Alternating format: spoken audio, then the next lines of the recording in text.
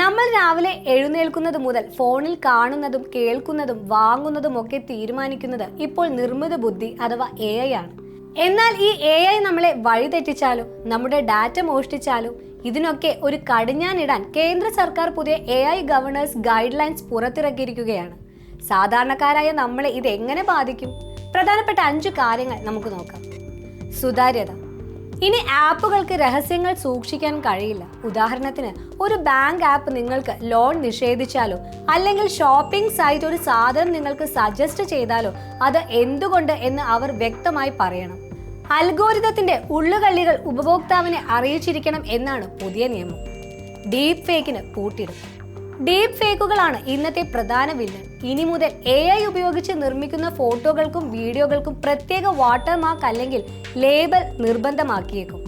അതായത് നമ്മൾ കാണുന്നത് ഒറിജിനൽ ആണോ അതോ AI നിർമ്മിതമാണോ എന്ന് ഒറ്റ നോട്ടത്തിൽ തിരിച്ചറിയാൻ സാധിക്കും. കുട്ടികൾക്ക് സുരക്ഷ.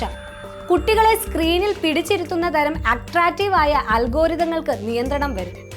കുട്ടികളുടെ മാനസികാരോഗ്യം സംരക്ഷിക്കുന്ന രീതിയിലാവണം AI പ്രവർത്തിക്കേണ്ടത് എന്ന ഗൈഡ് ലൈൻ നിഷ്കർഷിക്കുന്നു. പരാതിപ്പെടാൻ അവസരം. AI കാരണം നിങ്ങൾക്ക് എന്തെങ്കിലും പണനഷ്ടമോ മാനഹാനിയോ സംഭവിച്ചാൽ അത് പരാതിപ്പെടാൻ ലളിതമായ സംവിധാനങ്ങൾ, ആപ്പുകൾ ഒരുക്കണം. തട്ടിപ്പുകൾ നടന്നാൽ വേഗത്തിൽ പരിഹാരം കാണാൻ ഇത് സഹായിക്കും. നമ്മുടെ ഡാറ്റ നമ്മുടെ അവകാശം. നമ്മുടെ വ്യക്തിപരമായ വിവരങ്ങൾ ഉപയോഗിച്ച് AIയെ പരിശീലിപ്പിക്കുന്നതിന് മുൻപ് നമ്മുടെ അനുവാദം ചോദിച്ചിരിക്കണം. ചുരുക്കത്തിൽ നമ്മളെ പറ്റിക്കാത്ത, വിശ്വസിക്കാൻ പറ്റുന്ന ഒരു ഡിജിറ്റൽ ലോകമാണ് ഈ നിയമത്തിലൂടെ ഇന്ത്യ ലക്ഷ്യമിടുന്നത്. സാങ്കേതിക ലോകത്തെ ഇത്തരം മാറ്റങ്ങൾ വേഗത്തിൽ അറിയാൻ മണി ന്യൂസ് മലയാളം ഫോളോ ചെയ്യൂ. മറ്റൊരു വീഡിയോയുമായി വീണ്ടും കാണാം. നന്ദി.